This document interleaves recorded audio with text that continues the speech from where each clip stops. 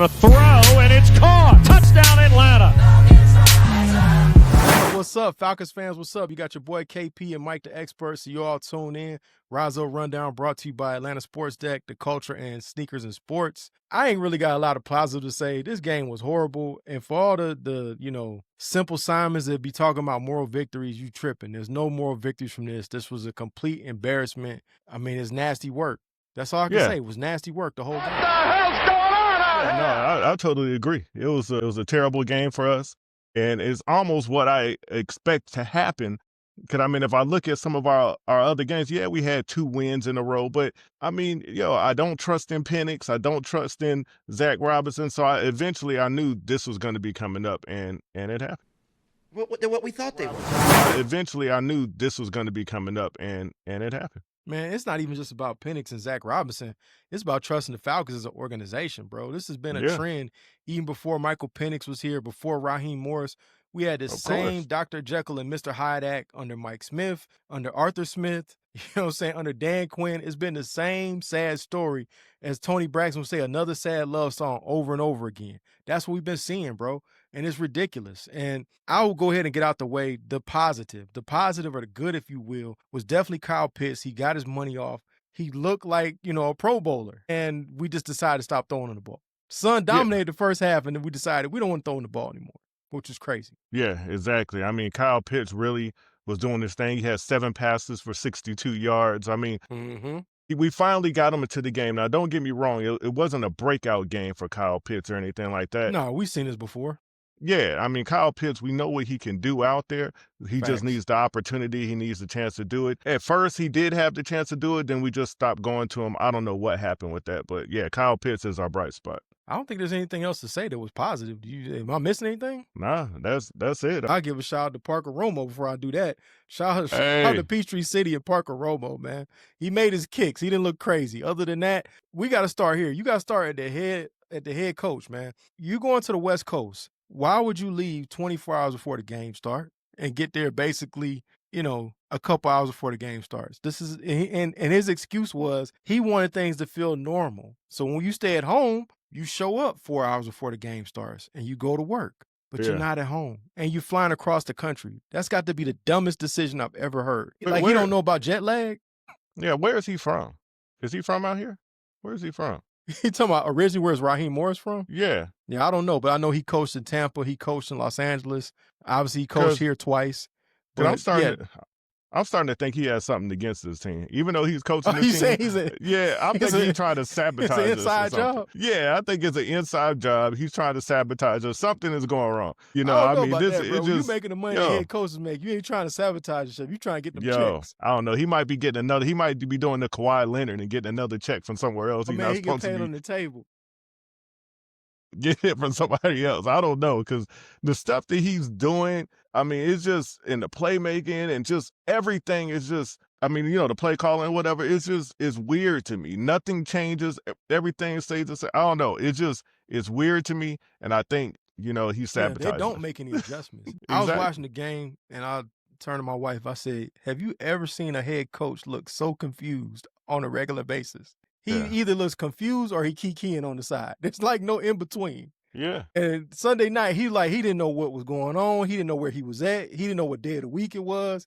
He was completely confused the whole game. So, Of course, this also goes into the ugly and it's also nasty work. Let's talk about the play calling at the end of the second half. That was just horrible. I mean, to end up in a 10-second runoff, I don't know that I've ever seen that to end a half. Yeah. That's got to be the dumbest thing I've ever seen happen at the end of it. And you had an opportunity to score. And it's the same thing. Yeah. Last week we talked about that. When we had opportunity to score, Drake didn't get in because of poor clock management. We couldn't have another opportunity after that. It just keeps happening. Yeah. I mean, we just can't. I mean, we're beating ourselves. I mean, don't get me wrong. Get out of our own way. Yeah. I mean, the other team is doing a job on us, but we're helping them. So. Like we getting paid to lose. Yeah, we're getting paid to lose. I don't know. Something's going on with this, man. I mean, I just don't even know what to say, man. It's just crazy. We can't get out our own way. Of course, this also goes into it as well. You end up in a great advantageous situation. You got a 3rd and long, and you got 12 men on the field. Yeah. Yeah, that just really doesn't make any sense. When I saw that, I was just That's like, coaching, yo, come bro. on. Yeah. I was like, come on. That's why I said Raheem Morris, he's getting paid. I think he's getting paid under the table, and he's I got feel you. something At the else end of the going day, you on. the head It's coach. crazy. It falls Yeah. on your shoulders. I Yeah. get it. Zac Robinson is an awful offensive coordinator, but it's your job, and you should fire the guy. And then, of Yeah. course, this also goes into the bad column as well. Another situation you can't get out your own way. You end up in a situation with a ridiculous penalty. You had a 3rd and long, and then you get a roughing the passer. No discipline, Yeah. bro. No Yeah. discipline. And you had another situation. You end up in a great situation where you could have possibly scored. You drive in the field, and what happens? Delay a game. You can't get the playoff in time. Yeah. Come Yep. on, man. Come on, Yeah. man. You I can't mean, make this stuff up. yeah, I mean, all in all, and don't get me wrong, all that's bad. But all in all, the biggest deficiency with our team is that we rely on Bijan so much and we don't have Exactly. anything else going on. So every team knows, let me just make sure Bijan doesn't get off. And we beat this Falcons team. And that's what's going on. That, and then the fact that Michael Penix is not real good under pressure. And I know I know you like to give him excuses and stuff like that, but Michael Penix was 0 for 9 when he was under pressure. I mean, 21, I think it's like 21 for 29 when he's not under pressure. That's Right. a big disparity right there. Trade Michael Penix. Please trade Michael Penix. Bro, you Get rid talking of him. crazy. You cannot trade the 8th pick in the draft after 9 starts. Cut it Hey, out, yo. You sound crazy, man. he's Stop. had his chances. He Bro, showed get me off what the he brown really liquor. is. Get off the He brown showed me liquor. what You he sound really is. crazy right now. When That's crazy everything work. is extra good, he has no pressure and he can just stand back there as much as he wants. get Yeah, it. he's gonna get the pass. Shoot, I can get the pass off if I'm I get there. it, but If at I'm the just same standing there. time, I mean, I got to keep it real. He played terrible. He held the ball too long. He Again. kept looking for the big play instead of taking what the defense gives you. He stared down Drake London. You can't do that. Okay, Drake, this Yeah. is one of his games. They had him double team. Darnell Mooney, I get it. He had a drop, but he also had a big play. We don't know Yeah. his health. Maybe that's all he could give you. But and Ray McCall, I don't know we ever gonna see him again. He seems to have some type of issue going on.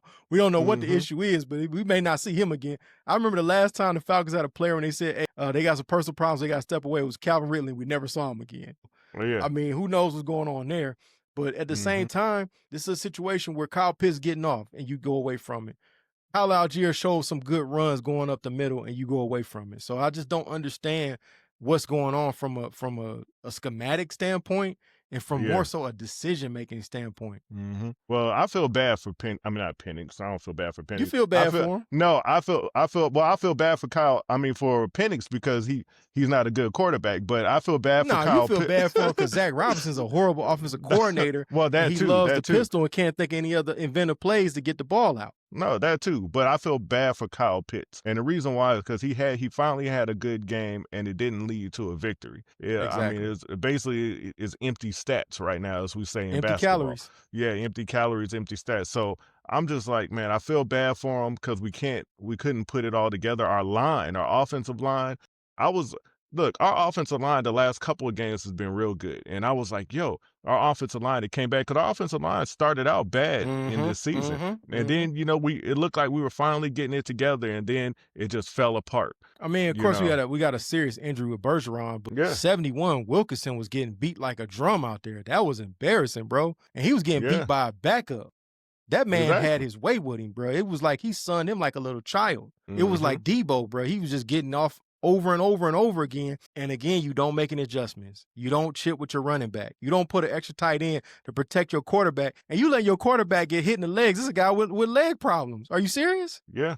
Yeah. I mean, it's just crazy, man. Either way, defense, offense, it just wasn't going good for us. I mean, we couldn't stop the rush. I mean, we gave stop them a nosebleed. Yeah, we gave them 174 rushing yards. And, Christian McCaffrey was just cooking us, just going crazy on us. So, we couldn't do diddly poo offensively. We couldn't make a first down. We couldn't run the ball. We didn't try to run the ball. We couldn't complete a pass. We sucked. The second half, we sucked. We couldn't stop the run. Every time they got the ball, they went down and got points. We got our ass totally kicked in the second half. That's what it boiled down to. It was a horse performance in the second half. Horse. I'm totally embarrassed and totally ashamed. Coaching did a horrible job. The players did a horrible job. We got our ass kicked in that second half. It sucked. It stunk. He's a great running back, but this was crazy. They weren't even doing nothing like, special to get him off. It was just run up the middle over and over again. And when Devon Diablo went out, it was really on in because, we didn't have no answer. And some was just going crazy. And I was just like, we need to make an adjustment. Put James Pierce over there or something. Do something else, but this ain't working. And then, of course, we had a great 4th and 1 situation that you could have easily picked up. Goodness. And you decided to throw the ball instead of just give it to Tyler Algier and let him go crazy. My goodness, that was so crazy. And then you bring in Felipe Franks, and you've already done the tush push with him, and that's worked, and you didn't even do that. Look, Tyler Algier could have got us at least 2 yards on that. All we needed was 1.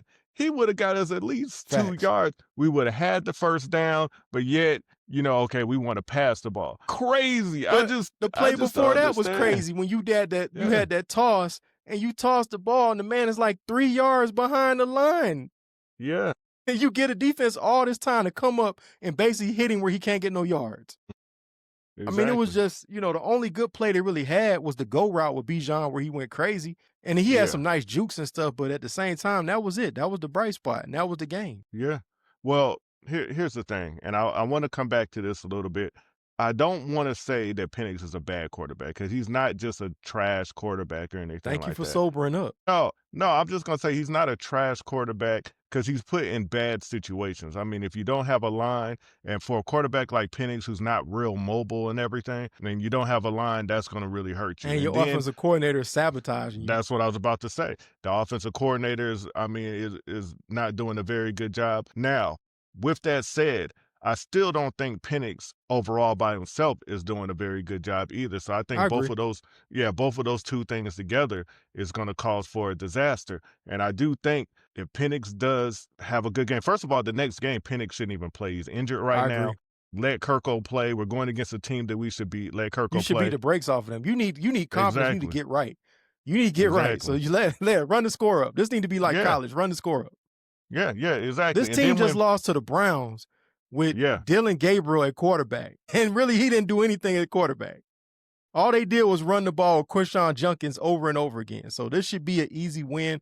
But this is the Falcons, so I'm not going to give anything as an easy win. Yeah. Well, and when Penix comes back after this game, and if he has a great game, that's great. Everybody's going to be high on him, then trade him. Maybe we get Shedeur. Yeah, you said facts. You ain't even seen Shedeur play an NFL game yet. I mean, I like Shedeur too, but we ain't even seen him play a game yet. So you got to cut that out, man. Trade him. Talking crazy. Trade him. Let him go. This where you was right, though. As an offensive coordinator, you got to help your young quarterback out. How you help him out? You run the ball. You mix up the play calling. You know what I'm saying? Yeah. You run more play action. You get the ball out of his hands quickly and start with quick release. Take what the defense give you. Don't always got to take the big shot down the field. And they haven't done that. They have not helped their young quarterback out. The guy's still a rookie. At the end of the day, this is only his 9th start. Now, he did stink it up. Not as bad as Carolina, but he still stunk it up. Yeah, stunk it up again. So you heard from us. This is what we had to say. We want to hear from y'all. Like, share, subscribe. We'll catch you in the next one.